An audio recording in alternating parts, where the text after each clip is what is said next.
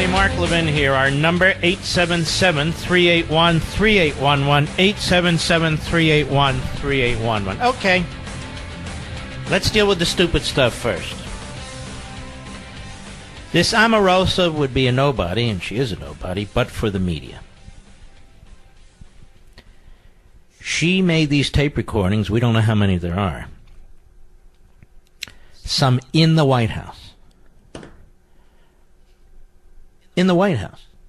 Maybe some in the Oval Office. Definitely in the Situation Room when she was being fired. And I don't know if any of these tapes contain confidential or classified information. But the fact of the matter is, nobody should be free to go into the West Wing of the White House and tape the president or tape individuals who are working for the president, or even by phone. Otherwise, how is a president supposed to even be able to function? How is the Article 2 branch of our government, the executive branch, even supposed to function when people are bringing in these handheld devices, secreting them, and then recording people? Now, a lot of people are blaming the president for hiring her. You know, a president hires over 3,000 political appointees in his administration. He can't be responsible for all of them. Now, maybe people will say, but in this case, he may have hired her specifically. Well, that's fine. But the fact is, there's a security breach here. There's a security breach here. I'd like to know who's responsible. In addition, Omarosa. How do people walk into a room with an iPhone or Android or whatever they're using to record and not get caught? Now, this Omarosa is doing the equivalent of political blackmail. And the media love it. The media keep promoting it. Now, on the one hand, this is their game. They promote her lies, and I'll explain that in a moment, but we're not spending all day on her, I can tell you that. And then they pull back and they say, well, why would you do this? In other words, they give her the airtime, the way they gave Comey the airtime, and this Michael Wolff the airtime, and the kook professor from Yale the airtime. They give them all airtime. The lawyer, Stormy Daniels, give them all tons and tons of airtime. And then they pull back and they say, why are people attacking us? You're attacking us. You're attacking freedom of the press. No, we're attacking you idiots. You left-wing ideologue slobs and hacks and thugs in the media. We're not attacking the First Amendment. We're attacking you. You don't represent freedom of speech just because you have freedom of speech any more than some carnival barker on the corner does, or some homeless guy standing in a box screaming at the top of his lungs.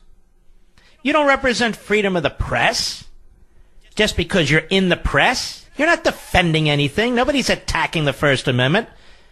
You undermine your own professionalism because you don't have any.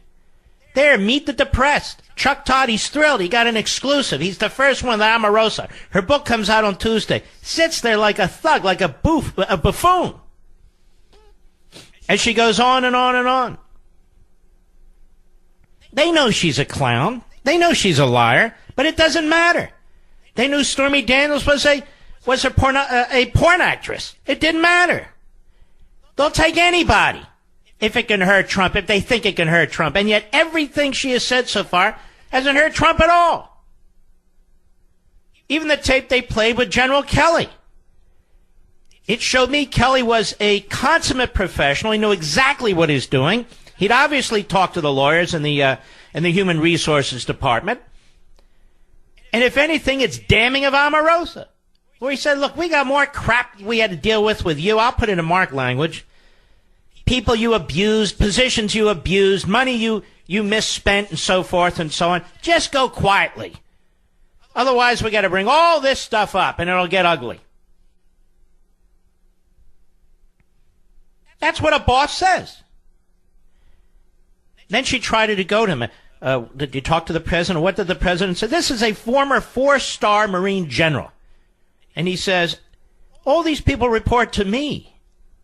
I'm responsible for them. Worry about what the president knows or doesn't know, because she was taping. And even though Kelly didn't know she was taping, again, he conducted himself like a consummate professional. Now, person after person mentioned in her stupid book says she's a liar. Sean Spicer, George Conway, Frank Luntz, Michael Cohen, and scores of, I don't know about scores, many others. And yet the media keep pushing her. And then the tactic is to get her out there, get her to trash him, and then have second thoughts and, maybe, we're not saying she's right or anything, and the taping is a problem. Now, we need to know if the taping violates any White House rules or any executive branch regulations. We need to know, because if she has committed a prosecutable offense, she needs to be prosecuted. And not just because what she's done to this White House. You cannot have people coming into a White House, working in a White House, and creating this kind of disruption. The presidency needs to function. That's part of the problem with Mueller. So Omarosa is a buffoon. She's a clown. She's a serial liar, according to these other people who are mentioned in the book. She says, well, he was trying to get a tanning machine in the White House. Nobody was trying to get a tanning machine in the White House. Well, Sean Spicer's paid, you see, to be supporting the president. He says, I'm not paid to be supporting the president. Well, Frank Luntz knows that he used the N-word once in front of him or overheard it. And says, I don't know what she's talking about. Then NPR, of all places, catches her in a lie. Where first she said she never heard the tape from The Apprentice in which he supposedly said the N-word, and then later she said she did. We had a caller here who worked on The Apprentice, in the studio, on the crew, said he never heard Trump use words like that. And if he had, it would have been known immediately, because there were minorities working on the crew. Black, Hispanic, you name it. And yet, what did the top of the network news talk about on my broadcast that I heard? Omarosa. What did the Today Show talk about? Omarosa. What did the Sunday Meet the Press show talk about? Interviewed Omarosa. CNN, Omarosa. And they're going to keep pushing it. They'll keep pushing it. And I think it'll backfire at some point. You can't keep bringing the lowest of the low on TV and then expect the people to respect you. She's the lowest of the low, not because she was on The Apprentice, not because the president hired her, because of what she did in taping other people and putting together this book. Mr. Producer, I don't even know who the publisher is. You want to find out who the publisher is? I'd like to know who that is. All right. We'll be right back. Well, this is interesting. The publisher of Unhinged by Omarosa is Gallery Books, which is owned by Simon & Schuster. Simon & Schuster also owns the Threshold edition, which publishes my books. But this is really quite shameful. It really is. But Mr. Producer's poking around on the Amazon top bestseller books list. She's number 6. And he says, holy mackerel. Well, he doesn't use that. He uses a different word. Holy something else. Number 5. Look at number 5. I said, well, what's number 5? Beating Omarosa. I said, well, what is it? He said, in fact, it's beating all nonfiction books. So, well, what is it? Dr. Michael Pillsbury's The 100-Year Marathon. China's secret strategy to replace America as the global superpower. I said, wait a minute. I had him on Sunday on Life, Liberty, and Levin at 10 p.m. on Fox. So his 3-year-old book, he doesn't even have hardback and paperback. It doesn't look like his paperback shot from oblivion to number 5 on the bestseller list on Amazon. It is beating Omarosa's book, despite all the press she's getting from NBC and ABC and CBS and the Washington Post and the New York Times. Because I'll tell you why. A couple of reasons. He was spectacular on Sunday when we did the interview. And he raised issues new that are gravely worrisome and very important. And you folks are into that. You want to know what's going on in the world. So you have Omarosa, who is a clown gesture, a serial liar, a buffoon, embraced by the media, promoted by the media as yet another malcontent, yet another miscreant that the media used to try and get Trump. And she knew it. That's why she cut her book deal, I suppose. And then you have beating her in front of her an author who came on my little late night Sunday show at 10 p.m., which actually is a big blockbuster, ratings-wise, thanks to you. A fabulous guest. Brilliant man, very articulate. Dr. Michael Pillsbury, and his book is number 5. People say, the power of the Mark Levin show on TV and radio, that's not it. It's the power of the Mark Levin audience. It's the smartest audience of all audiences. I don't care what degrees you have or if you don't have any degrees educationally. You're engaged. So Pillsbury's book is beating everybody. Everybody. I mean, you got these, the complete ketogenetic diet for beginners, the publication manual, Crazy Rich Asians. I'm reading other books. Girl, Wash Your Face, stuff like that. And then you have real books. A 3-year-old book that's now number 5 on the Amazon list. It's an incredible book. Now, just to show you what frauds are in the media, and I hope, Brian Stelter, you're listening. I know you're a stalker. As long as you're not a perverse stalker. This book shoots up in 24 hours to number 5 on the Amazon list. It's 3 years old. It talks about grave dangers that China creates for America. Has tons of new information. He's talked to 8 defectors. The book had to be approved by the CIA. There's stuff in there that's never been revealed before. It's 3 years old.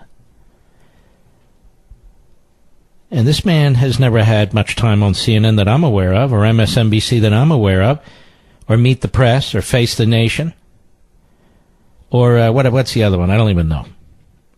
This Week with Doofus? None of them. He doesn't get the attention he needs, and he's writing about a dire threat that the United States faces in all levels and in all ways. And he gets no phony media attention. And then they jump up and down and say, we are the free press. They almost act like oligarchs themselves, the media, don't they? We are the free press. We tell you what's true. We tell you who the liar is. We tell you what the news is. We are objective. You, Nazis, cultists, racists. We know what's right.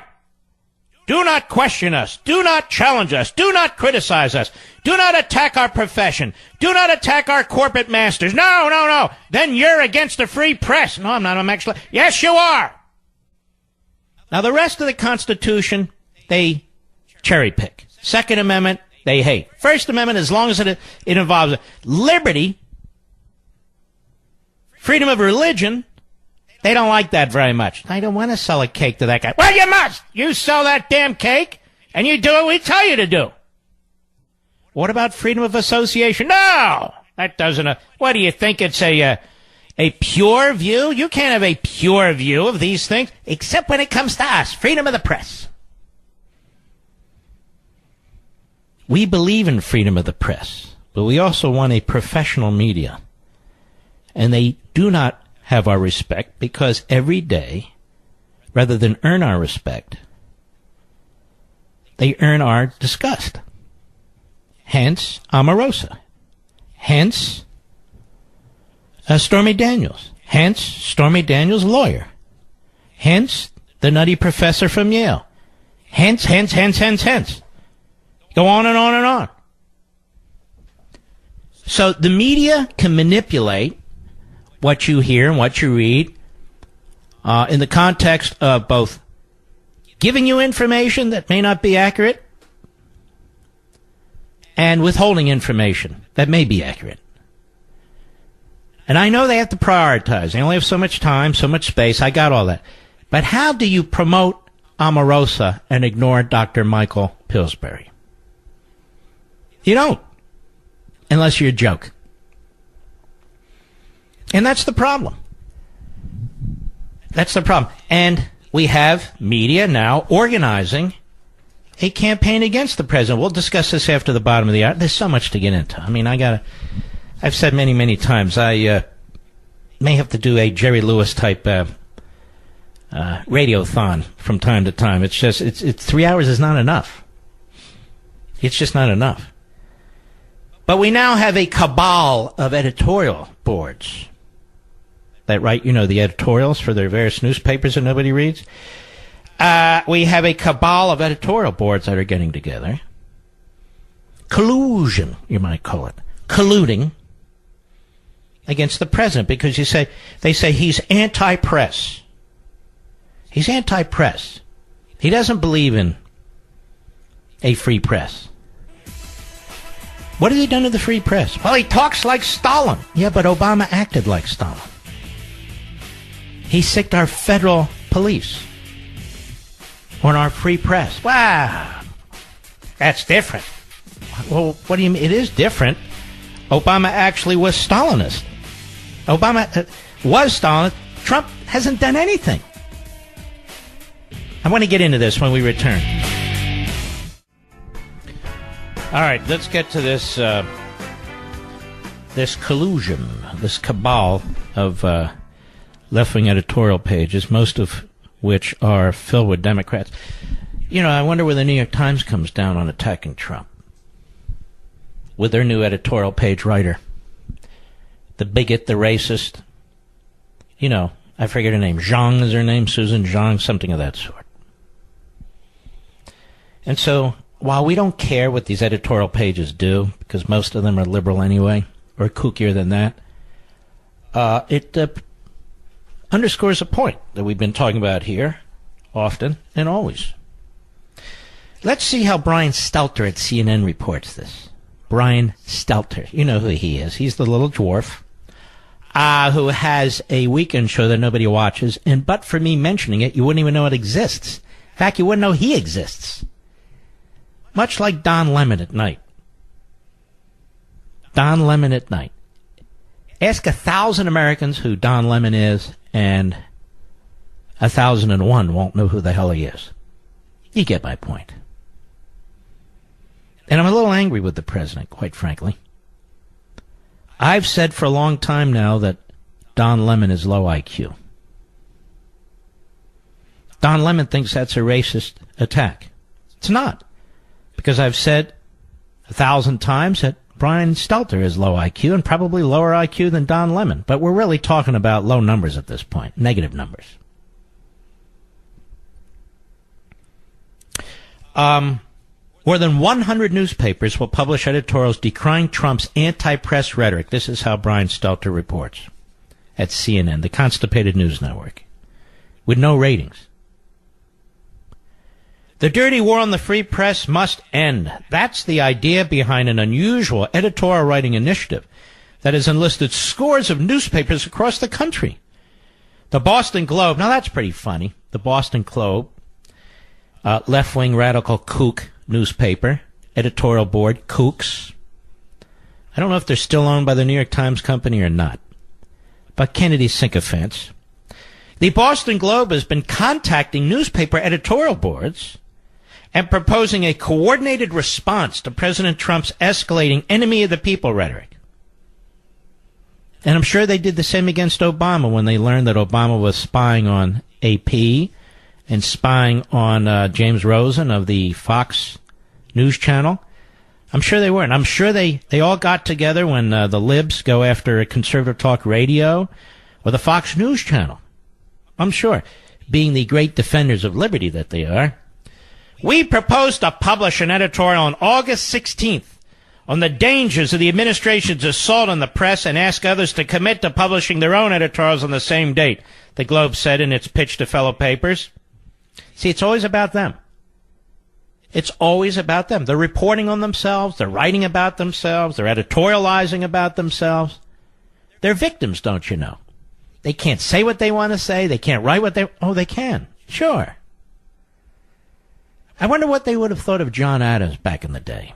John Adams and the Alien and Sedition Act. The Sedition Act, of course, applying to newspapers and others that would speak out against the government in a way that the Federalists at the time thought might undermine the budding government, the new country.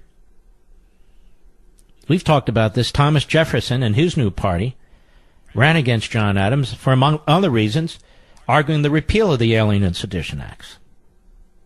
They hate Jefferson, though. They hate Jefferson. They do plays on Hamilton. They hate Jefferson because Jefferson was an agrarian, because Jefferson was a states' rights guy. So they hate Jefferson. But anyway, let us continue. As of Saturday, we have more than 100 publications signed up, and I expect that number to grow in the coming days, Marjorie Pritchard, the Globe's deputy editorial page editor, told CNN. Well, that's like, Lenin talking to Trotsky. The American Society of News Editors, the New England Newspaper and Press Association, and other organizations have helped her spread the word. Well, I'll be damned. The response has been overwhelming, she said.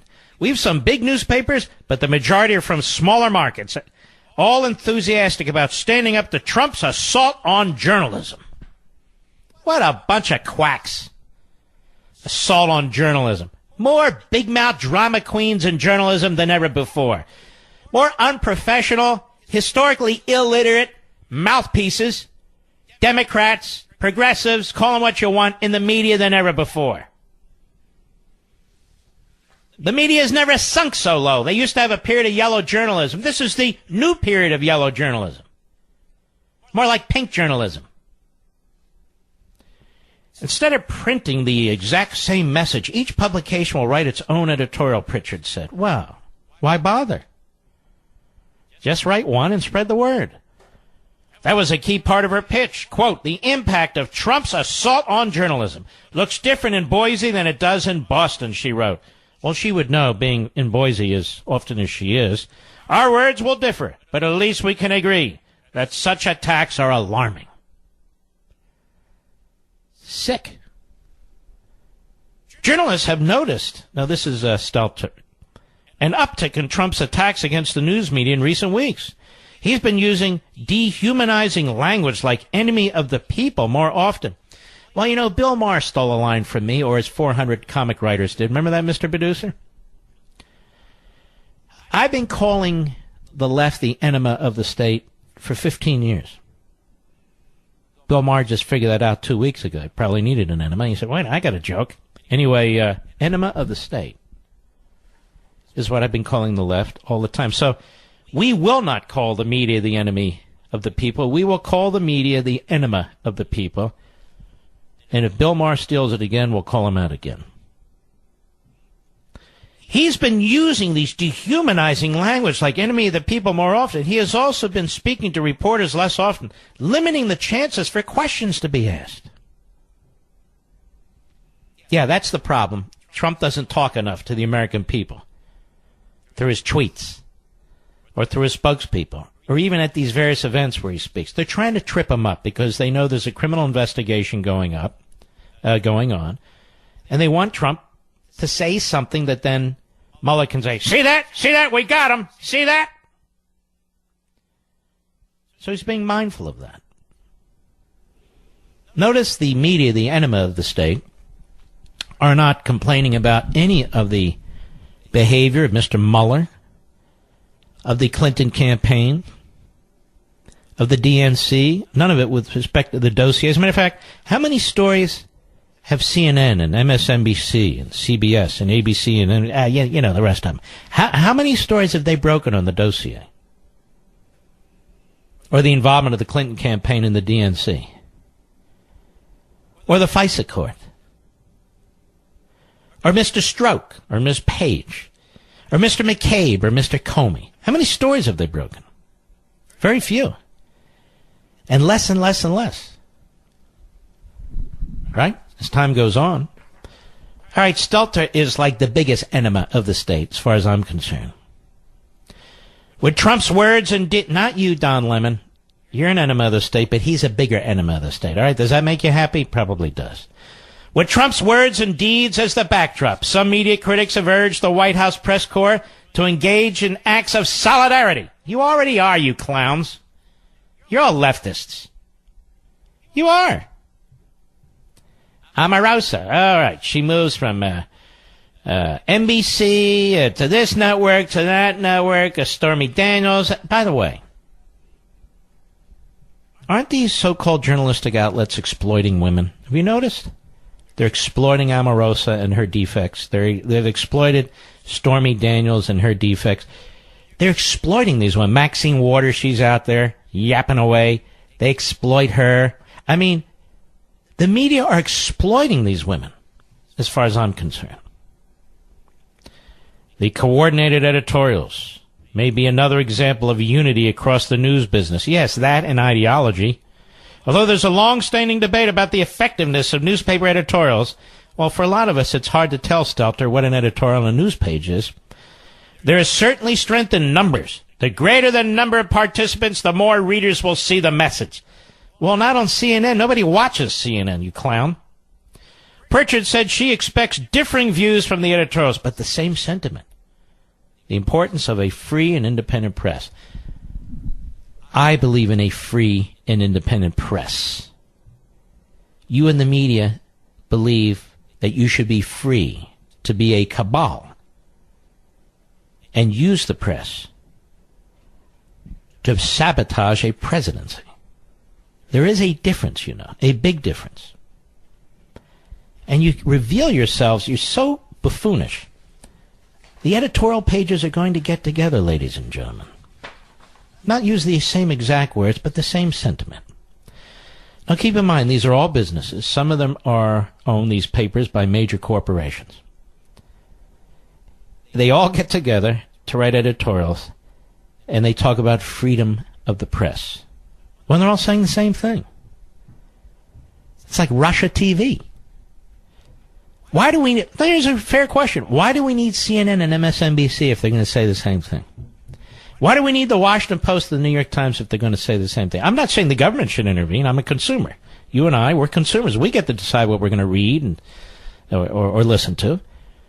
But why do you need a multiplicity of newspapers if the vast majority of them say the same thing? Why do you need a multiplicity of cable channels if the vast majority of them say the same thing? You really don't. And then on top of that, you have these government outlets like NPR and PBS, which, of course, you can never get rid of because without them, we wouldn't have a free press, I guess. Now, the irony there is, of course, the government, as well as your charity, pays for it. I'll be right back. Mark Levin. All right. Hold on to Raphael. I want to get to him in a second. Raphael, Brooklyn, New York, the great WABC. Go. How are you, Mark? Very well, thank you. I was just listening to your program, and like I told you, call screener, I'm on the editorial board for a newspaper based out of Brooklyn. And we were contacted by that newspaper to see if we would join their cabal, as you called it. And we made the decision that, as a matter of principle, we would, in fact, editorialize quite the contrary. We plan on editorializing how we support the president, and we think that the media's efforts to undermine him are counterproductive, to say the least. Well, I like that. Are you allowed to tell me the media outlet or no? You don't have to. Yeah, absolutely. It's called the Jewish Press. Ah, we love the Jewish press. Well, let me say this. All conservative or right of center or center publications out there, why don't you write an editorial about how lousy the press has become and how idiotic this argument is that the press is somehow, the president is threatening the First Amendment? Raphael, let me ask you a question. Are you still there, my friend? I am. If the president were actually threatening the existence of the free press, why don't they sue him? I mean, if a president is actually violating the Constitution, if he's actually violating the Bill of Rights, if he's actually violating the freedom of the press, and they have concrete examples and therefore have standing to bring a federal lawsuit, where's the federal lawsuit? I couldn't agree more. They just don't like it when he calls them out. He's calling them out. He's not calling the First Amendment out. He's not calling out freedom of the press. They use this as propaganda. They use this to camouflage their ideology, do they not? Absolutely. All right, I just wrote your editorial. Did you notice? I do hope other newspapers follow our lead. I hope so, too. I'm sure the Weekly Standard's going to do that. All right, my friend. Thank you for your call. Isn't that Bill Kristol's magazine? Yes. Well, maybe the Washington Times, the Washington Examiner, some real newspapers, maybe our friends at National... No, forget that. They won't. Maybe Investors Business Daily editorial page. You know, some of these newspapers and magazines out there, maybe they'll do some editorials about freedom of the press and the nature of the press today. What do you say? That's a good idea. I think I came up with a good idea. Don't you, Mr. Producer? Well, yes, I did. All right, let's continue. Phyllis, Paducah, Kentucky, the great WVLK. Go. Hi, Mark. First-time caller. Been trying to talk to you for weeks. Thank you. Omarosa, another news, just to distract the president. They can't leave him alone and let him do what he needs to do for the country. And to me, he doesn't even need to respond to it. But what kind of news is it? Pardon? What kind of news are we really getting when they're promoting her? Fake news. And so they're telling you're attacking freedom of the press. Are they not the most unprofessional gaggle of buffoons you've ever seen? They don't report on the things that need to be reported on. Now, I'm with you. They don't. I'm with you. Nope, they don't. Blowing up Omarosa, a reality TV star. We all know it. Well, they'll say so is Trump, but you know what? Trump went through the ringer. None of these reporters did. I think we have reality media now. What do you think of that? He has no integrity. None. And by the way, she was taping, so you know what? That really does justify her firing. I mean, General Kelly and the others were right to get rid of her. She was a nut. Well, there we have it. She is a nut. Big brother. By the way, Phyllis, I feel sorry for you. I feel very sorry for you and your fellow citizens. You know why, Phyllis? Why is that? The great people of the Commonwealth of Kentucky, and it is a Commonwealth, you know. Your senior senator. I'm sorry. Yep. Mitch McConnell, yes. My gosh. You know, like Bob Byrd, he names every highway. Have you noticed the Mitch McConnell this and the Mitch McConnell that? Have you driven around the state lately? Yes. Yes. Yes. The Mitch McConnell Rest Center. You ever seen one of those? Mm-hmm. On the highway? Yes. It's like, I have to, go to the restroom. And when I think of that, I got to go to the Mitch McConnell Rest Center. You understand my point? Oh, it's a pleasure, Mark. All right, Phyllis. God bless. I'll be right back. Hello, everybody. Mark will be there. Our number, 877-381-3811, 877-381-3811. Yes, I know Peter Strzok was fired today. We'll get into that. But if I started with that, you already know that. I'm the cleanup hitter. I don't just repeat what the number 1, 2, 3 batters have to say. No. Now, they're very good. But I have to do my own thing, Anyway, you want to hear about the Manafort trial today a little bit? Yes, I thought so. Well, it got underway around 1:45 today. And this is as reported by, I think it's Reuters. Paul Manafort's trial resumed shortly after 1:15 today, Eastern, with Judge T.S. Ellis III saying the jury would hear from one of the last prosecution witnesses before he addressed motions from both sides. One of those motions includes a sealed filing Manafort's defense submitted today. Prosecutor Greg Andress, you remember he's the one who was crying, said the government has responded under seal. There was no indication in open court about the content of the motions. After a brief sidebar, Jim Brennan, an employee of the Federal Savings Bank, took the stand. Brennan, who received immunity for his lots of people getting immunity here. What would you like me to sing? You get immunity. Any Broadway songs you would like? Yes. How about Hello, Dolly? Kind of the same thing. He's a vice president with the bank from which prosecutors say Manafort fraudulently secured $16 million in loans. Why do they need to give anybody immunity in this case? Seriously. Why give anybody immunity? Why pick Manafort as the target? Why not pick the vice president of this bank? Well, we know the answers to these things. Jim Brennan, this vice president for Federal Savings Bank who got immunity. And by the way, if I were defense counsel, I would add up the number of witnesses who either got immunity or pled to lower included offenses. And I would give that information, and I'd have a whole chart of it for the jury. See this guy testified? He got immunity. See this guy testified? He got immunity. See Gates here? He was up for 29 years in prison. He may get parole. Look at this one here. Probation, that is. Look at this one here, and just go through the list. That's their case. It's a manufactured case. I'm just saying if I were defense counsel. So this vice president, Jim Brennan, Federal Savings Bank, testified this afternoon that a statement the bank got from Paul Manafort in August 2016 claiming $4.4 million in income the previous year was inconsistent with other records.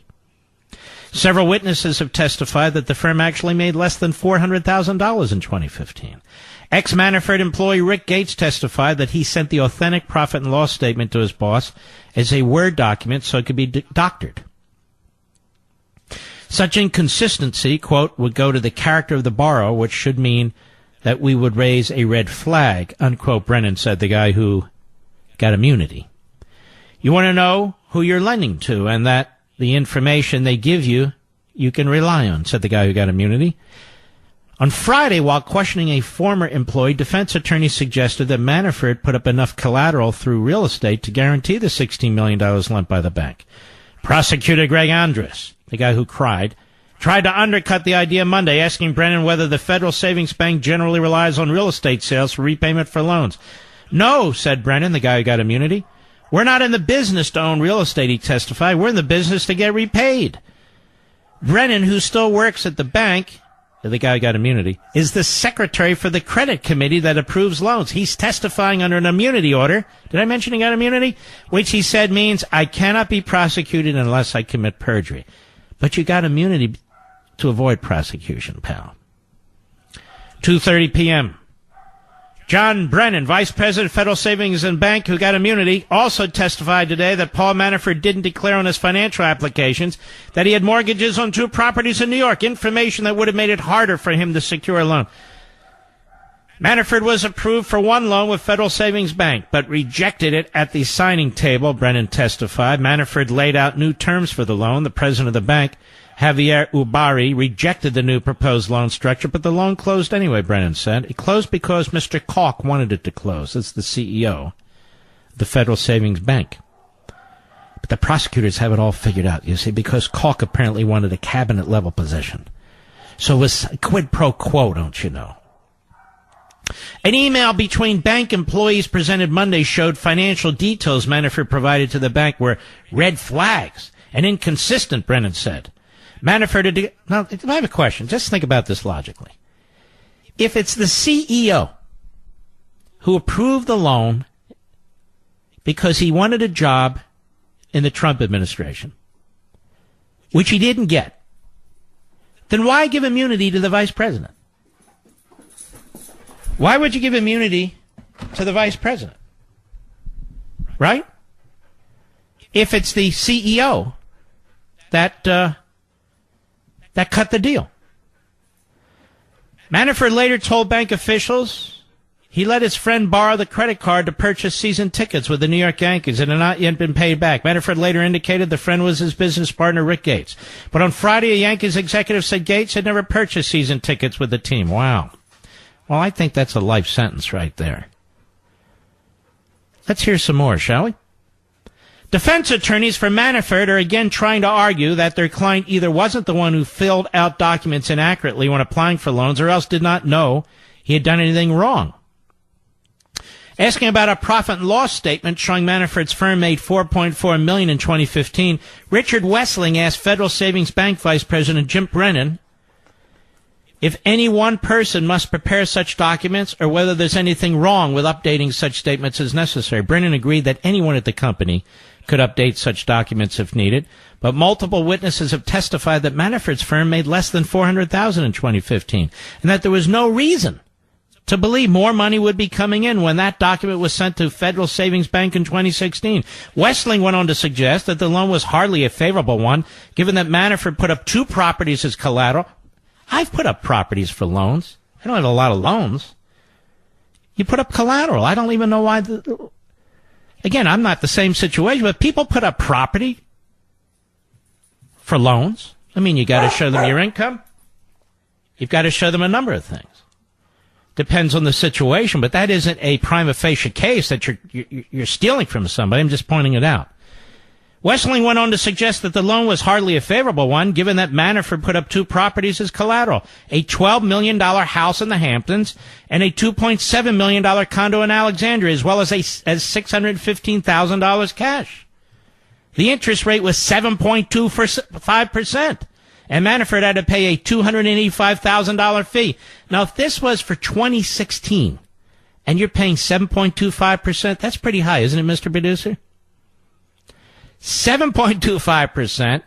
You got 2 homes as collateral. That add up to almost $15 million. You put up $615,000 cash. It just doesn't sound like a gimme to me, folks. I'm not a juror. I haven't heard the whole matter. During cross-examination of Federal Savings Bank Vice President Jim Brennan, who got immunity, defense attorney Richard Wessling raised the possibility that the bank may have been at fault for errors that affected Manafort's loans. The bank may have been at fault. Wessling pointed to an incorrect address Brennan had entered in one application and made mention of another error by another employee that made Mr. Manafort's income look better. Wessling also asked Brennan about a review of one Manafort loan conducted by a regulatory body called the Office of the Comptroller of the Currency. During a review of the bank's business, the bureau within the U.S. Department of Treasury had concerns about how the loan was analyzed, but didn't raise any red flags about information provided by Manafort. The point being, a federal agency already looked at this. Brennan testified that one of the loans received a rating of 4, the lowest possible rating an application could get before it could be ejected. Brennan said he would not have approved the loan and it would have gone on the bank's watch list, but he didn't have a choice to give the loan the bare minimum rating. When asked by the judge why he gave the loan a passing grade if he didn't deserve it, Brennan testified Caulk had pushed it. Everybody has a fall guy in this. Have you noticed that, Mr. Producer? Nobody wants to take responsibility for anything. But the very, very interesting part comes next. I have to take a break. The judge again spars with the prosecution. This is very, very compelling. We'll be right back. Mark Levin. Let us continue with today's Manafort case, trial, Mueller's case, really. Late today, about 4:40 p.m. Eastern. Whether or not Paul Manafort's prosecutors are done with the case depends on how Judge T.S. Ellis III rules about whether an agent from the Treasury Department can retake the stand. Paula Liss already testified that Manafort did not report foreign bank accounts on his taxes. Prosecutors wanted to come back and say his consulting firm didn't either. Well, defense attorney Thomas Zenley said that in closing arguments, they do plan to say Manafort had no obligation to report foreign bank accounts in the years he only owned 50% of his firm, Davis Manafort International. It's very clear that if you do not own more than 50% of the entity, you do not have a responsibility, Zenley said. Manafort's wife owns the other half of the company, and they file joint tax returns. He's accused of failing to report the foreign bank accounts from 2011 to 2014. For 1 year charged, 2011 Manafort was the firm's sole owner. When Manafort filed as a foreign agent in 2017, prosecutor Uzo Aznyi noted he also described himself as owning 100% of the business. Judge Ellis pointed out that Davis Manafort Partners, later Davis Manafort International, was not accused. You could have indicted the company, but you didn't, he said. The assistant U.S. Attorney Azani said that was true, but it was the defense that was now making the argument that this was a corporate responsibility. Ellis took a short recess to decide the issue, predicting neither side would like his ruling. Well, they came back at 5 p.m. Eastern tonight. Judge T.S. Ellis III allowed prosecutors to call back Paula Liss, a special agent with the Treasury Department's Financial Enforcement Network. Special counsel confirmed that she would be their last witness. Prosecutors intend to ask her if Manafort's consulting firm ever reported foreign bank accounts. Ellis said he would instruct the jury that they cannot find Manafort guilty for his company's failures, but they can use the evidence to decide his willfulness in not reporting 32 overseas accounts on his personal tax returns.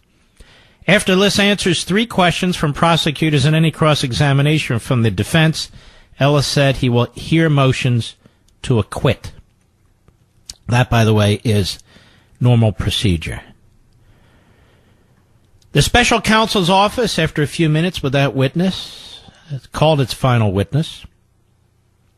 And let's see.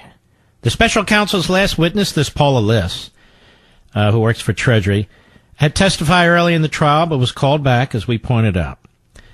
Liss left the stand after 5 questions. Your Honor, the government rests, Prosecutor Greg Andrus said. Afterward, defense attorneys in a procedural hearing asked that the charges against Manafort be dismissed, saying the evidence lacks materiality and a failure to show the necessary willfulness.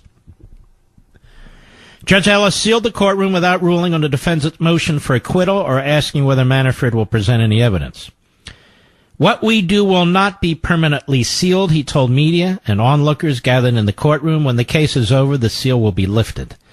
Lead defense attorney Kevin Downing asked to have until tomorrow morning to put together his motion for acquittal, and Judge Ellis agreed. That's where we are today on the Manafort case. So what will happen is the judge will deal with motions unless he acquits right there and then. It'll be the defense turn, as we say, to put on their case. All you've heard so far is the prosecution and cross-examination. You've not heard anything really in terms of the defense counsel's case, so we'll see how that goes. Now, what is missing from this trial? Anybody? Collusion? Conspiracy to defraud in an election? That's a clever one.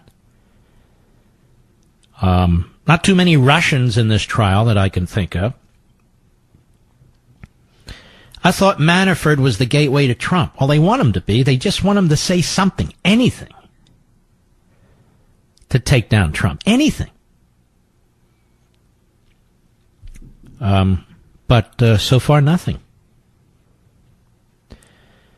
Now, on that front, the Mueller front, and I should say affront to the Constitution, Rudy Giuliani was on Fox and Friends this morning, and he had an interesting tidbit here. Cut 1, go.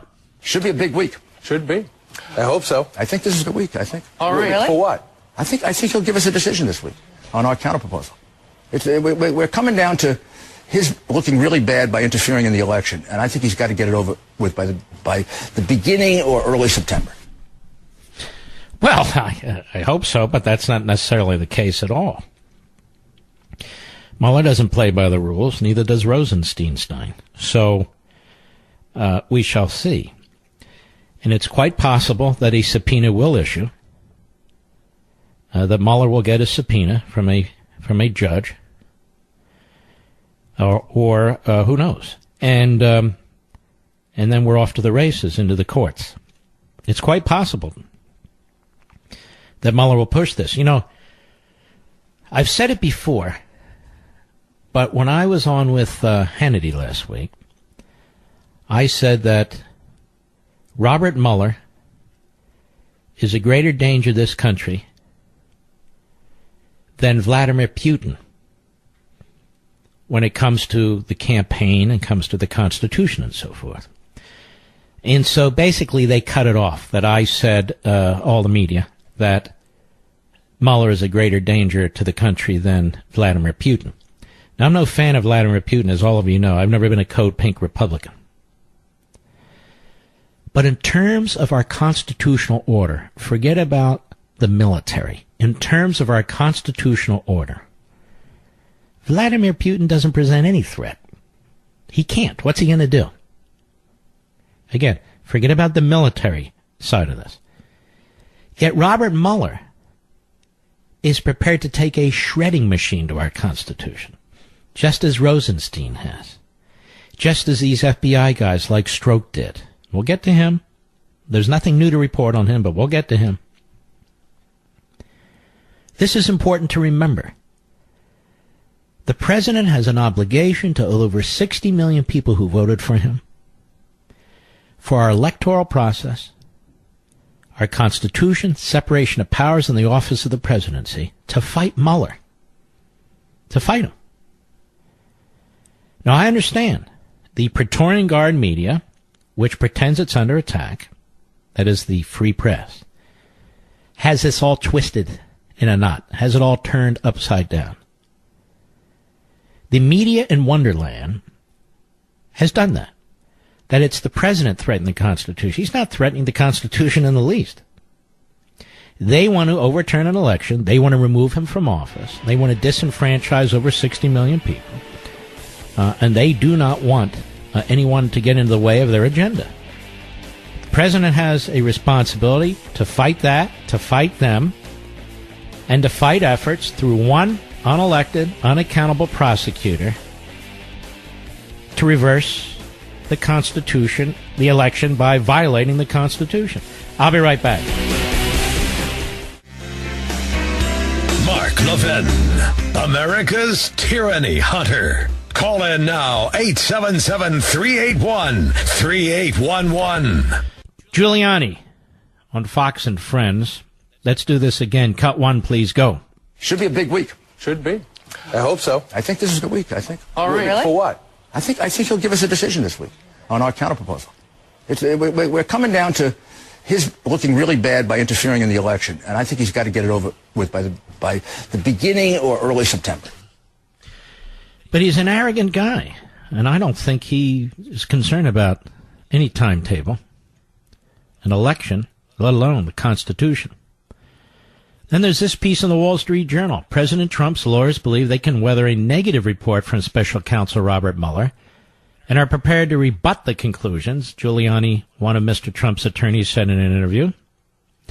Mr. Giuliani said the president is open to talking to Mr. Mueller under limited conditions. But in a new development, said Mr. Trump wouldn't sit for an interview after September 1 because that could interfere with the midterm elections. Last week, the president's lawyers sent Mr. Mueller a proposal indicating Mr. Trump would take questions about collusion with Russia in the 2016 elections, but not about obstruction of justice after he took office. Obstruction questions, his lawyers worry, could become a trap for perjury accusations. And not only that, it's a presidential prerogative for him to fire whomever he wants. And there should be no questions about that among the rest of it. I think we made the offer we can live with, Giuliani said. Mr. Mueller's office didn't comment. We certainly won't do an interview after September 1. You heard that. And who knows what's going to take place. I know what should take place. They ought to duke it out with this guy. The Constitution's on the president's side. Whether the courts wind up there, I don't know. But the Constitution definitely is.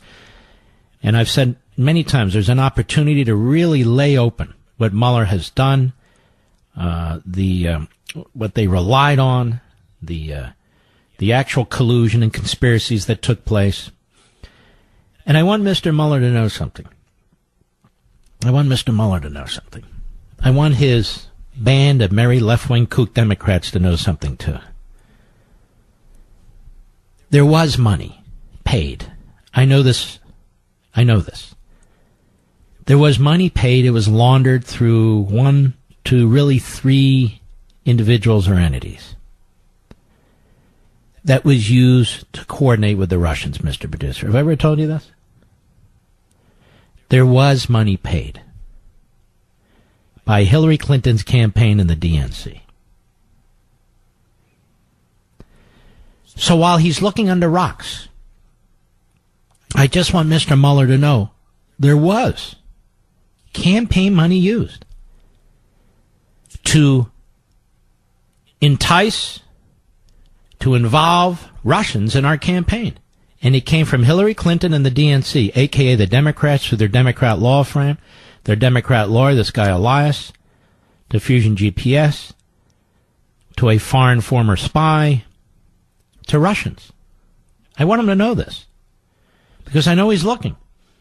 He's questioning a madam in New York. He's questioning. He's had hundreds and hundreds of witnesses. I'm sure he's talked to Hillary Clinton about this. I'm sure he's talked to her campaign manager about this. I'm sure he's talked to the DNC and the former chairs of the DNC about this, because Mueller wants to know who interfered in the election. And the Democrats want to know, too. They've lectured us over and over again about how bad it is for the Russians to interfere with our election, which I agree with, by the way. And so the evidence that's been revealed thus far, not by Mr. Mueller and his happy band of left-wing kook Democrats, but no, by committees of Congress, by FOIA litigation and so forth, is that there was collusion and conspiracy by the Democrats with the Russians. Just pointing that out. It's true, you know. All right. By the way, you know, there were more media types in Charlottesville covering this supposed protest by these white supremacist knuckleheads than there were white supremacists. Apparently there was like 20 of them, or 25, or 21, or whatever the number is. And the Antifa Marxist left went nuts, started attacking the cops. But that later. Let's take some calls, shall we? Let us go to Dennis, Lakewood, California, 870 The Answer. Yes, Dennis. Mark, I listen to you all the time. It's like going to school, but I only learn 10 times faster. Well, thank you. So, I may not have all the answers, but throw one out there. Go ahead. Well, you're like a golden needle in a haystack. So, as far as these issues go, can you explain immunity? And what are the circumstances? And how do they... who decides who gets immunity? All right. Well, let me cut to the chase here. Well, the prosecutor can offer a subject before they become a target or when they become a target immunity, or the subject and or target can request immunity in exchange for testimony. So the prosecutor can lay out what information they believe they have on this person and then tell them what the sentence could be if they lose in court and how many years they might serve in prison. And then there can be a negotiation that takes place. So it's really the prosecutor in the first instance who can offer immunity, or it can be the individual who is the target who can request immunity. And then they sit down and they discuss, they work out an immunity deal. And under what circumstances might they get immunity? What kind of testimony that person thinks they can offer the prosecution. The prosecution can then go back and say, are you able to say this? Are you able to say that? Well, sure I can. Yeah, sure. Do you know that firsthand? Well, of course I do. And you wouldn't be committing perjury? No. And can you ask him, do you know about this, and this perhaps? Oh, yes, I do. Okay. You know, that sort of thing. And what are the stipulations, and when did that start? Well, the stipulations have to be written, and they have to be signed off on by both parties. It's started, I don't know the date, but it's been going on for a long time. Okay. But what is interesting to me on this is how many people have gotten immunity or pled to something. It's a lot. And I got to believe the defense is going to do something to really hit home on that. A lot. Any relation to the common person opposed to a political person? I mean, I don't know what that means. One has nothing to do with the other. Okay. All right, my friend. Thank you for your call. I appreciate it. It's obvious they wanted Manafort from the get-go. And they think the big fish they got with Manafort's right-hand man, this guy Gates. But it turns out Gates is a really dirty fish. So we'll see. Ron, Grand Forks, North Dakota, the great WZFG, the flag. How are you? Mr. Levin, it's a pleasure to talk to you this evening, sir. Thank you. I have two quick comments. I know you're a busy guy. I really want to tell you, I'm Mark, actually not going anywhere. I'm sitting here. Your Sunday show, I've watched it since day one. I love the format. The people, the Michael Pillsbury's show last night was, I wish it was 3 hours long. So do I. And there's finally a show, Mark, that you ask a question and the person on the other side can listen to the facts and get an answer. And I just got to tell you, sir, I love your fight. I'm one of these old guys from North Dakota. I'd rather fight than switch. That's an old cigarette commercial. Yeah. And I think you're a dying breed, sir. And I love what you do. I listen to you as much as I possibly can. And to be honest with you, Mark, I've been around some pretty smart people in my life, but you just blow me away sometimes with your quickness and your knowledge. And Ron, think you're doing a great. You're very, very kind. I really, really appreciate it. And before I leave this earth, I want to visit North Dakota. I really do. Anyway, Ron, thank you for your call. You're very gracious, overly kind, actually, but I really appreciate it. Thank you. People will say to me, on radio, you sound like this. On TV, you sound like... Look, they're different formats, and I'm trying to accomplish different things, but get to the same result. And get the, information out there that I hope will inform people and strengthen the Republic and strengthen our liberty. Now, I know, I don't care how many media formats I'm on, that you and I were only a small fraction of the population out there. But that's all one person can do. And we've actually been talking in my family here. I do a 3-hour radio show 5 days a week. I do the Fox show at 10 p.m. Eastern on Sundays. I do LEVIN TV 3 to 4 days a week.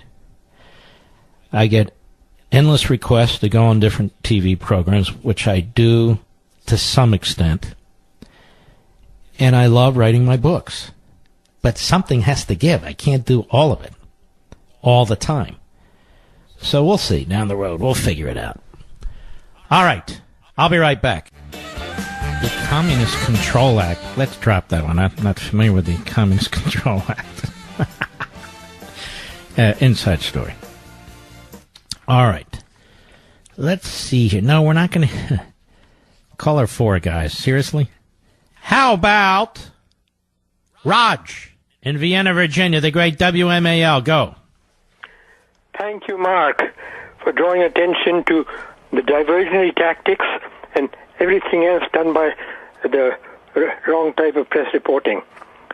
You have correctly pointed out about the reporter attacked by Antifa in Charlottesville.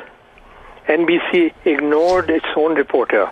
But coming back to what I called about was how Keith Ellison, who's... All right, we'll get to Keith Ellison a little later. I haven't had time to get to that yet. So let's put Raj back on hold. Keith Ellison is something I want to get to in the next hour, so we're not prepared for that right now, or I haven't laid the foundation for it.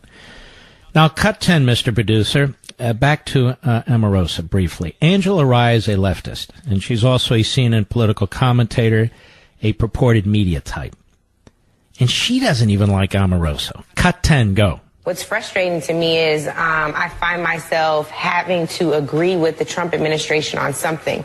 And the one thing that I agree with them on in this case is that it is not just inappropriate, it is certainly a national security breach and a challenge to be recording anything in the Situation Room. Yes. I have a Homeland Security background. Like, you just know better. And in this instance, you regularly finding yourself on the other side of the administration saying they don't know better. And for whatever reason, whether it's lack of training or a lack of regard for the rules or regulations that exist, they don't know better. But there still have to be repercussions for that. I think the other issue I have, frankly, is if Omarosa knew all of this when she went into the administration, which she did, then she should have never gone. Right. But that's no reason to not keep putting her on TV and promoting her allegations, and then the same media outlets pretending that they have problems with her allegations. Why put her on at all? You know what? I know why. Mr. Producer, let's see if Omarosa will come on the show. Contact her PR person. Say, I want to interview her about her book. Book comes out Tuesday. Why not? Give it a try. I'm batting, 0 for 500 when it comes to libs and people of that sort, but we'll give it a try. You never know. There could be one. Kenny, New Orleans, Louisiana. Mark Levin app. ML, go. Mark, to your knowledge, has any federal prosecutor ever served time in jail for prosecutorial misconduct? Like that guy Duke Lacrosse, didn't that prosecutor spend 1 day in jail for that unbelievable... Honestly, I haven't done a lick of investigation into this, but I believe some have, actually. Oh, well, that's great news. But, hey, Mark, but, hold on now. But they are very few and far between. You're exactly right. and what does that tell us? And some of them have lost their law degrees. And they went after Ted Stevens, senator from Alaska. We've talked about that in the past, out of the public integrity so-called division of the criminal division of the Justice Department. And they withheld exculpatory evidence. No penalty. Okay, can I finish the story? I'm sorry. And they withheld exculpatory evidence. And the judge eventually was made aware of this. Judge Emmett Sullivan has been around forever in the D.C. circuit, but he's a district court judge. And they were punished. One of the gentlemen committed suicide. One of the prosecutors was relatively young. He was in his 40s. And others had their careers, frankly, rightly destroyed. So there can be consequences, yes. Well, thank you, Mark, and thanks for taking my phone call.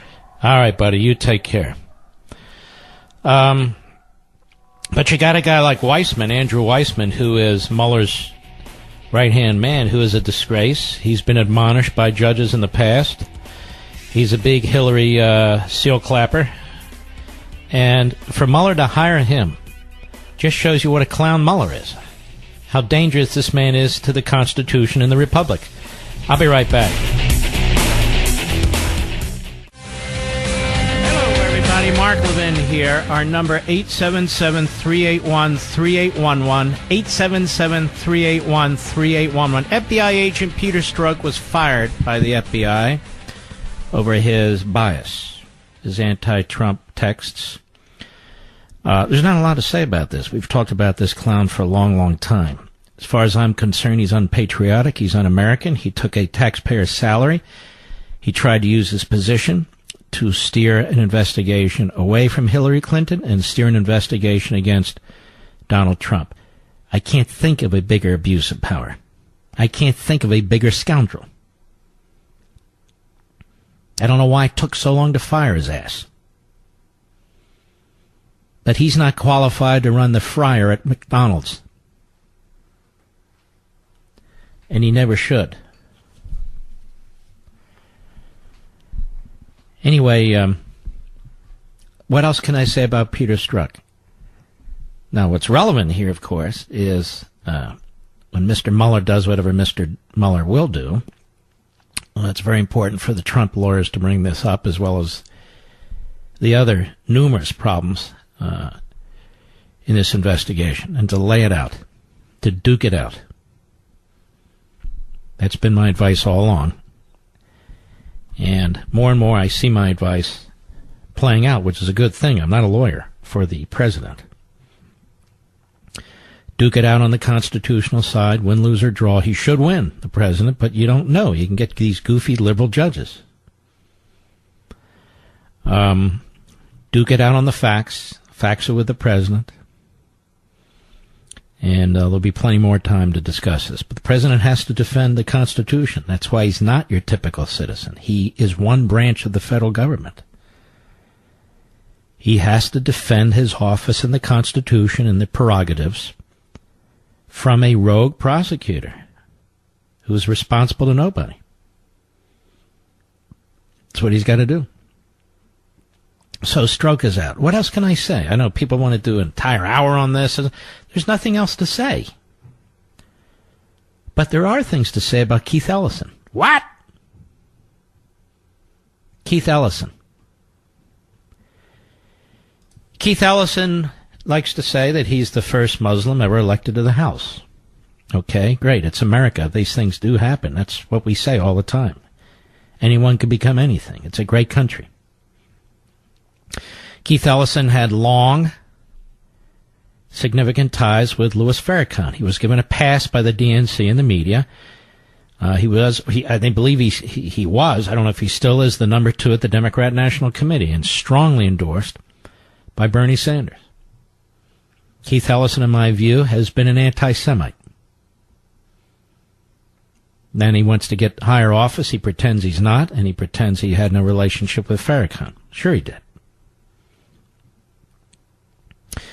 And he has been the congressman in the 5th District of Minnesota, and he wants to be the next Attorney General of Minnesota.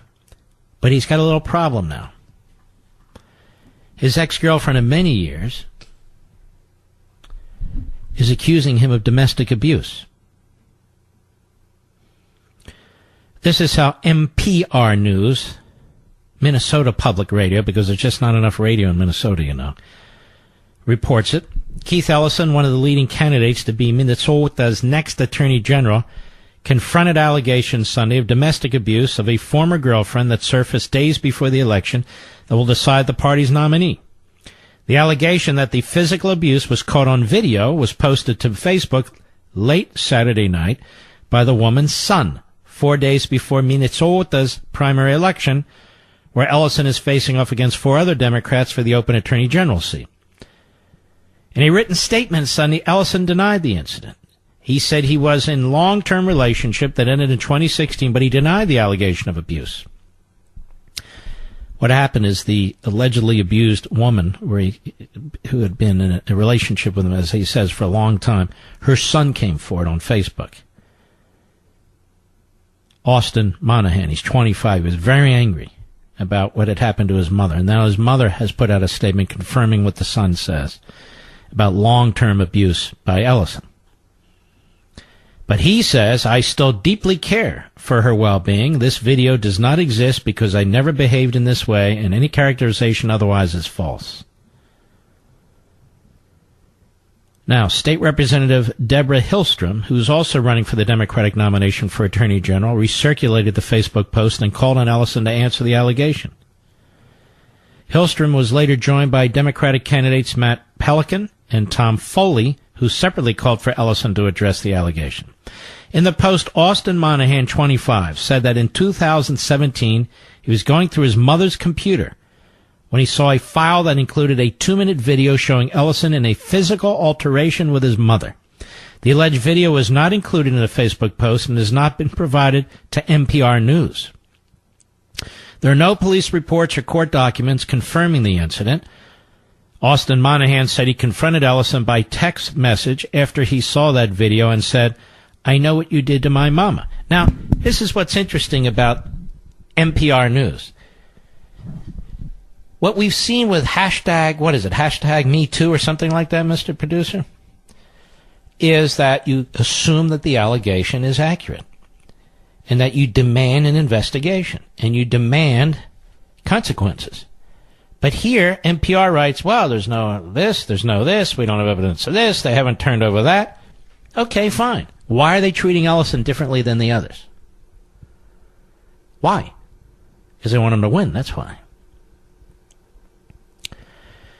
Karen Monahan, an organizer with the Sierra Club, was in a relationship with Ellison for years. The two are seen together in many of her social media posts, including hiking together in national parks and posing with the Obamas at the White House. Records show she lived in his Minnesota home before the relationship ended. Ellison, who was previously married to a different woman, is divorced.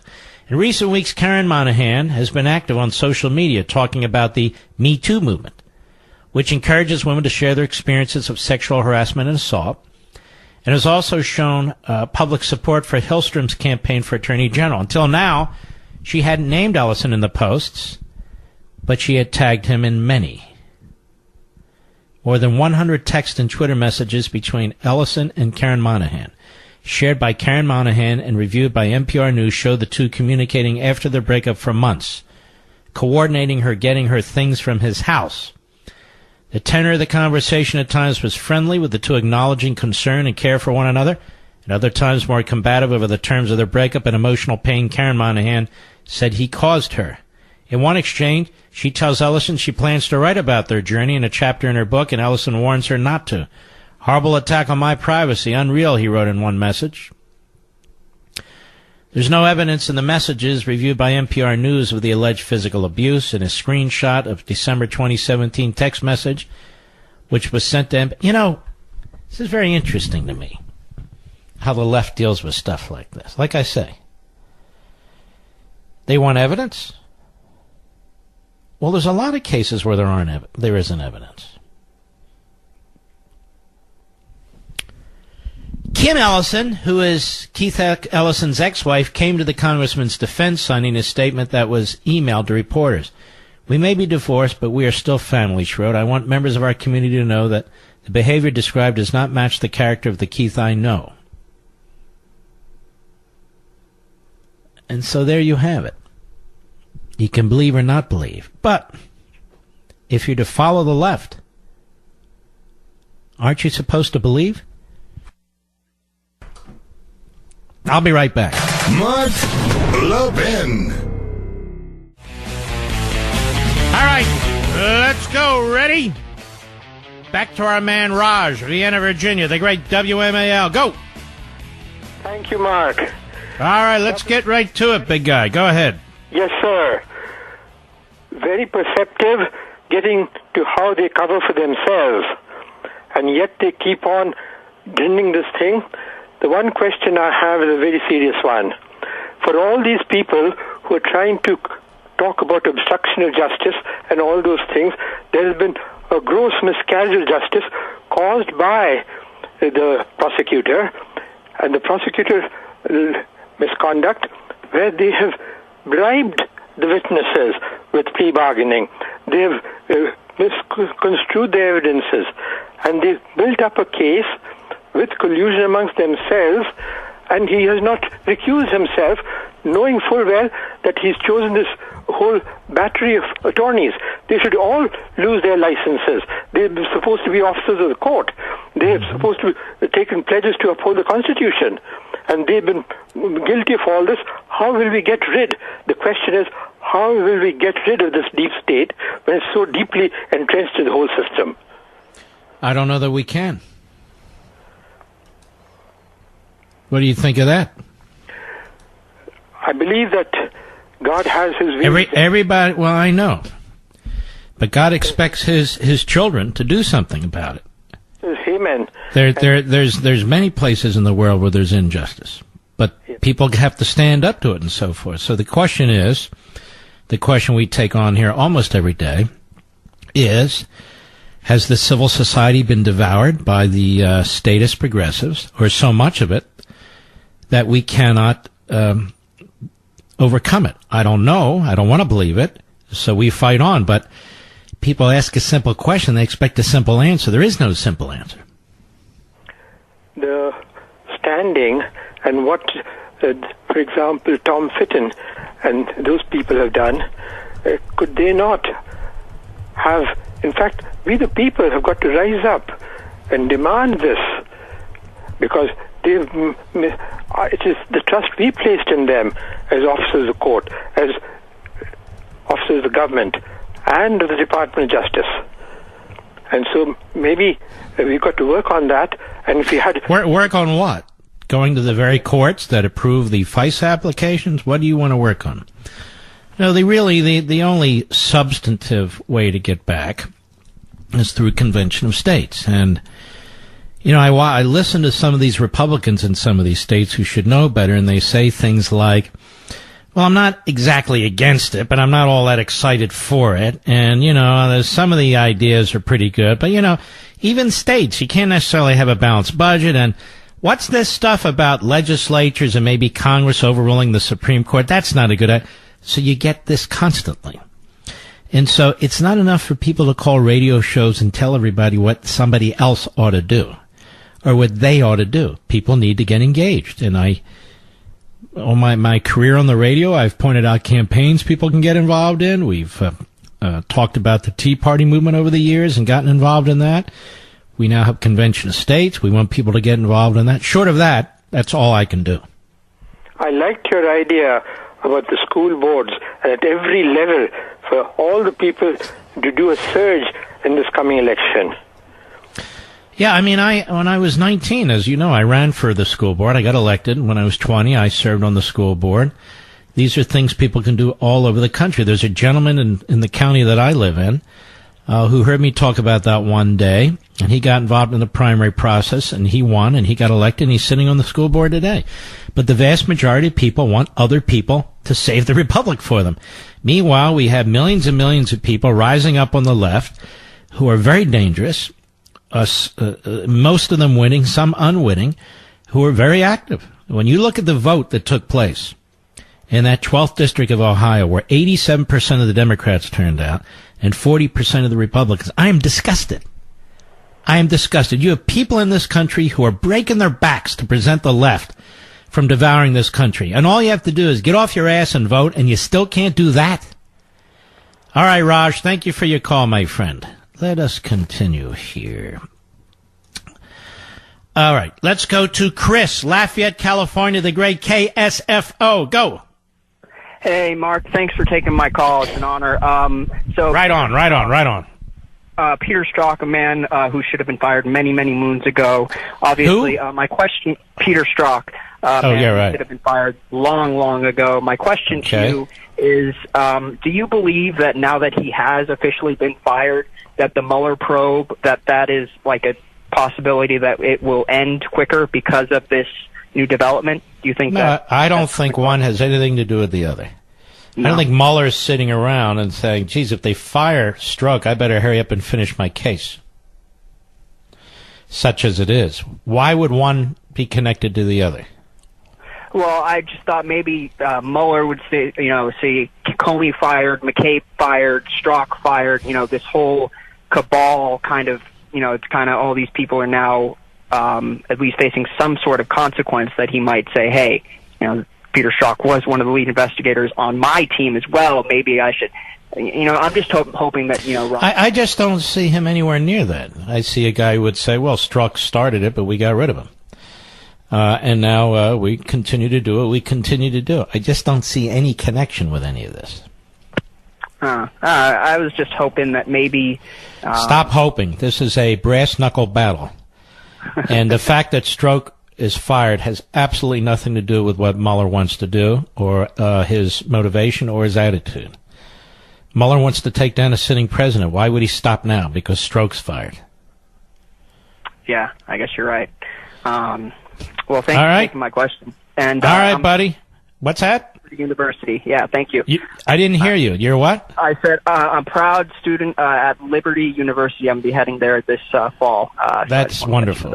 Wonderful. I for some reason, I think president of that university, I knew his father well. He was a very, very good man, and we were quite friendly. Doesn't like me for some reason. I don't know why. All right, my friend. Thank you for your call. It doesn't matter. Some people like me, some people don't. Jim, Rollins, Wyoming, Sirius Satellite. Go. Thank you, Mark. It's a privilege. Thank you. Regarding this Omarosa thing, ultimately, what is she? She's the flavor of the week. Just like Stormy Daniels was the flavor of the week. There's going to be a lot of brouhaha, and then it's going to be gone, and then the chefs are going to come up with a new dish. And it's not going to, ultimately, in the long run, it's not going to mean anything. It's not going to mean anything. It has no effect on me. It has no effect on my associates or so many people that I know. Yeah, but it does have an effect on some people, unfortunately. Oh, yeah, but the only people that's going to even have the effect on are those who stay glued to CNN. It's not going to have that effect. It's not only on CNN. It's everywhere. Well, let it be everywhere. Well, it is. It's not a matter of me letting it or not letting it. See, sir, here's the point. You're a Trump supporter, correct? Well, what the point is that it doesn't I'm matter. asking you, you're a Trump supporter, correct? Yes. Now there's a lot of people who aren't sure. And when they get this daily drumbeat, there's a reason they're getting a daily drumbeat, because there are people trying to wear them down. And in some cases it works. And I'm not one of these guys that comes to the microphone and says, gee willikers, we're going to win no matter what the polls show, no matter what the elections are. Look at this, we're winning 9 out of 10. Look, gee willikers, it's great. It's like a military battle. You got to fight like you're behind. You got to fight like you don't want casualties. You got to fight to defeat the enemy. So to answer your question is, yes, it makes a difference. Everything they're doing makes a difference, and we got to step up and fight it every step of the way and not go to bed at night and just think this is all nonsense. It's nonsense, but it has an effect. Thank you. We'll be right back. Well, there's a Gallup poll out, ladies and gentlemen. 47% of Democrats view capitalism favorably, down from 56% in 2016. But it's worse. Positive view of capitalism among Democrats and those who lean Democrat, 47%. Positive view of socialism by Democrats and those who lean Democrat, 57%. Almost 6 out of 10. Republicans, positive view of capitalism, 71%. That's been consistent over the last decade. Positive view of socialism, 16%.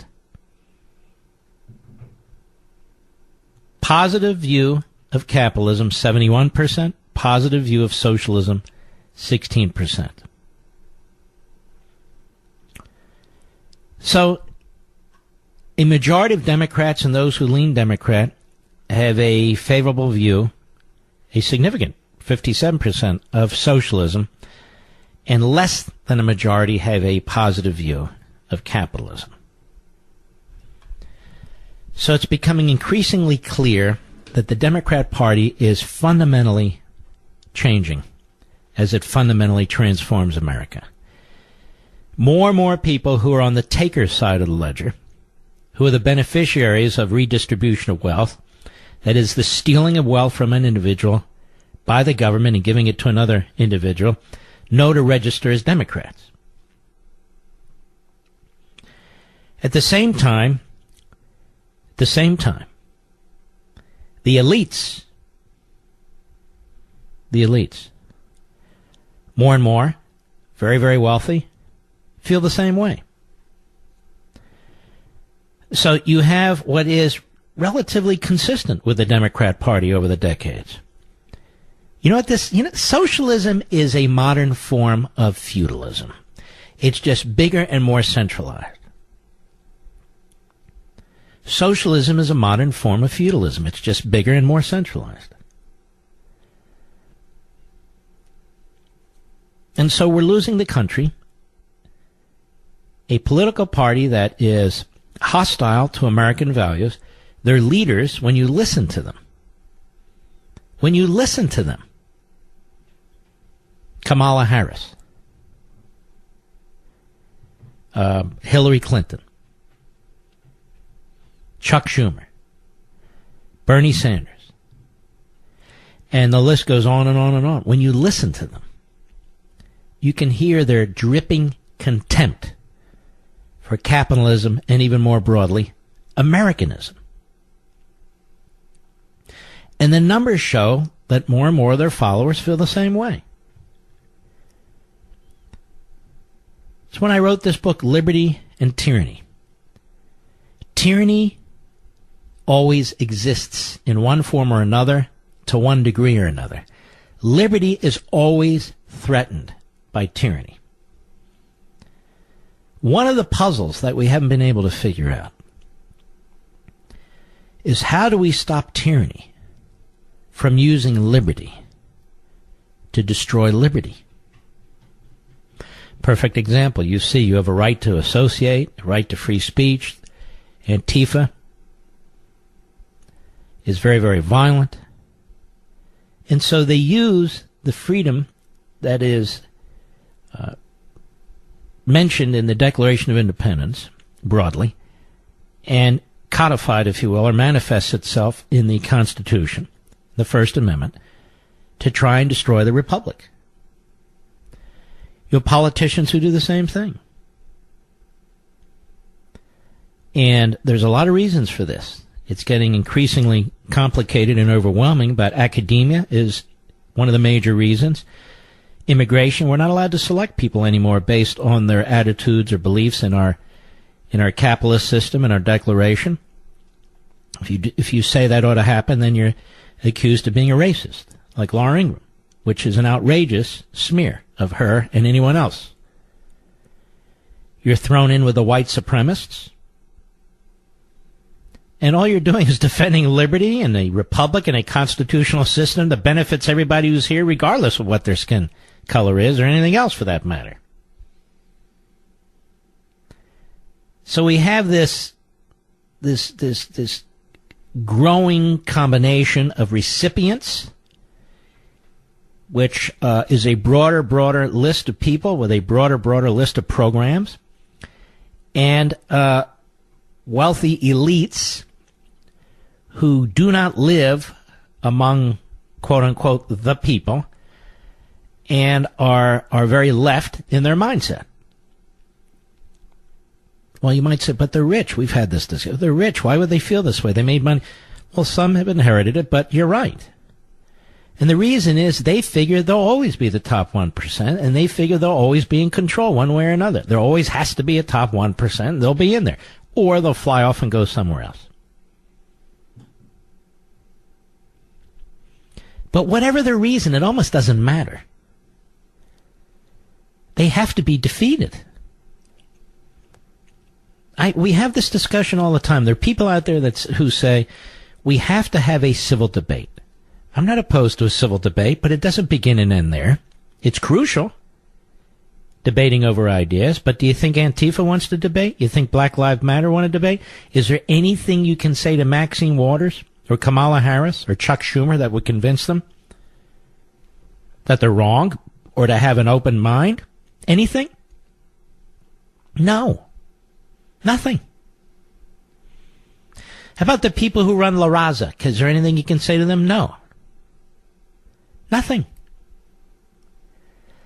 And so while you want to engage people who are capable of being engaged, and you want to debate ideas because ideas are absolutely crucial, that's not enough. That's like having a military with an infantry and no Navy and no Air Force. But this is a battle of ideas. And we're losing them. And I'll tell you why. Because the left controls our institutions. They control the media. They control academia. And they control entertainment. And in that way, they control the culture. And the culture is where the country goes. Politics is an offshoot. The culture is where the country goes. And so when people hear day in and day out that you're going to have free stuff, that somebody's ripping them off, all they need to do is pay a little bit more. It's not fair. It's unequal. We believe in income justice. We believe in social justice, and football players and other iconic figures are taking knees at the inappropriate time, and they're the ones who are the victims. They're the ones who are to be celebrated, not the men and women who go off to the military, not the cops in blue. No. You wind up with a mess. Socialism does not create wealth. Socialism creates more government, more authoritarianism. Socialism is about taking wealth and redistributing it. Politicians who we say we detest become increasingly more powerful. Bureaucrats who we say are too numerous become more numerous. The private sector shrinks and shrinks and shrinks. Then basic needs and provisions can't be provided, let alone new innovations and technologies, life-saving drugs, better food, more available to more and more people. They disappear, like in Venezuela. I saw some left-wing professor on Tucker's show during the break. It's going on and on. He says elderly people like socialism. You have single-payer health care and Medicare, and you have a guaranteed universal income and Social Security. He reveals himself, you see, because the way these programs were sold to all of the elderly in this country, my parents, many of you out there, is that these were insurance programs that you contributed to, right? And you contributed a hell of a lot to both of them. So they stole the money. And so now some young punk adjunct professor goes on and tells you that's socialism. Or they'll tell you, well, the veterans, they like the VA, most of them. That's socialism. What he doesn't tell you is these are little pockets, in some cases, of socialism, or socialism light. If you had systemic socialism in this country, it would collapse. Everybody can't have Social Security. Everybody can't have Medicare. It's just an impossibility. If you can add, if you took third grade mathematics, I think we called it arithmetic back then. But more and more politicians, phony scholars, phony professors, Hollywood knuckleheads are out there telling you that you can have something for nothing. And people start to believe it. Parents and grandparents start to believe it as they destroy any future their children, grandchildren, or generations yet born will have. They destroy it. Now, we have a Harvard professor who's calling for academic blacklisting of Trump administration members. I found this at the Daily Wire, and they cite the Boston Globe. In an op-ed for the Boston Globe. Remember the Boston Globe, the one that's organizing editorials against the president? Dana Roderick, professor of international political economy at Harvard University's Kennedy School of Government, calls for what is effectively an academic blacklisting of members of the Trump administration who, Roderick contends, should be prohibited from receiving even a semblance of honor or recognition, quote unquote, from the gatekeepers of higher learning. He writes, universities should uphold both free inquiry and the values of liberal democracy. The first calls for an unhindered exchange and interaction with Trumpist views. The second requires that the engagement be carefully calibrated, with not even a semblance of honor or recognition bestowed on those serving an administration that so grossly violates liberal democratic norms. Mr. Producer, you know what I'm going to tell you to do? Get a hold of this guy, will you? See if he can kind of bring him in slowly, like a fish, okay? Roderick's open call for academia to treat members of the Trump administration differently than members of all previous administrations follows outrage from academics over the University of Virginia Public Affairs Center appointment of Mark Short, Trump's former director of legislative affairs, to be a one-year senior fellow. Before that, Harvard appointed Trump campaign staffer Corey Lewandowski as a fellow at the university's Institute of Politics. Such appointments, Roderick argues, presents a serious dilemma to administrations due to the danger of normalizing and legitimizing what can only be described as an odious presidency. So, the fascist totalitarian mindset that is in so many ways modern academia. We can have a debate as long as I don't consider you out of bounds. We can take Marxists. Oh, yes. We can take democratic socialists. We can take about just anything. But the Trumps, no. We can't take those people. The Trumpists is what they call us, I guess. Because it rhymes, I guess, with Marxist, which he may be. But I'm going to be very gentle, very temperate, because I would like Danny Roderick, professor of international political economy at the Harvard University Kennedy School of Government, to appear on the program so we can have an honest discussion about this. So, Mr. Producer, just gently try and reel him in, will you? Academic blacklisting of Trump administration members. You know, if we were talking about communists, they would say, how dare you blacklist a communist? Those days are over. What are you, Joe McCarthy? But if you're blacklisting Trump administration officials, wow, that is really cool. That's a good thing. We can't have that. This is a stain on our institution, a stain on our democracy, a.k.a. republic. We can't have that. And he uses the word stain. The stain extends beyond political operatives and covers economic policy matters as well. Trump cabinet members and high-level appointees share collective responsibility for propping up a shameful presidency.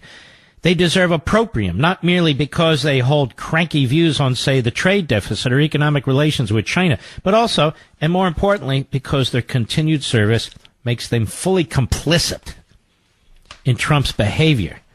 Roderick defends what he describes as his call for defining clear rules of engagement.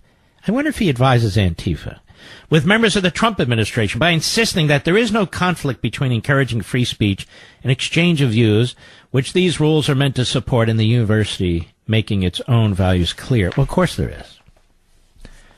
But I will bite my tongue once again, and we will do our best to secure the scheduled appearance of Nancy Roderick, professor of international political economy at Harvard University School of Government, so we can discuss this issue of academic blacklisting. What's the chances he comes on? Mr. Producer, I really hope you pull this. You pull this off, I'll give you... You pull this off, I'll give you one additional vacation day. What do you think of that? Oh, yeah. All right, ladies and gentlemen, we salute our armed forces, police officers, firefighters, and emergency personnel. Thanks for listening. We appreciate it. Check out LEVIN TV tonight. It's great. And we always love you. God bless you. See you tomorrow.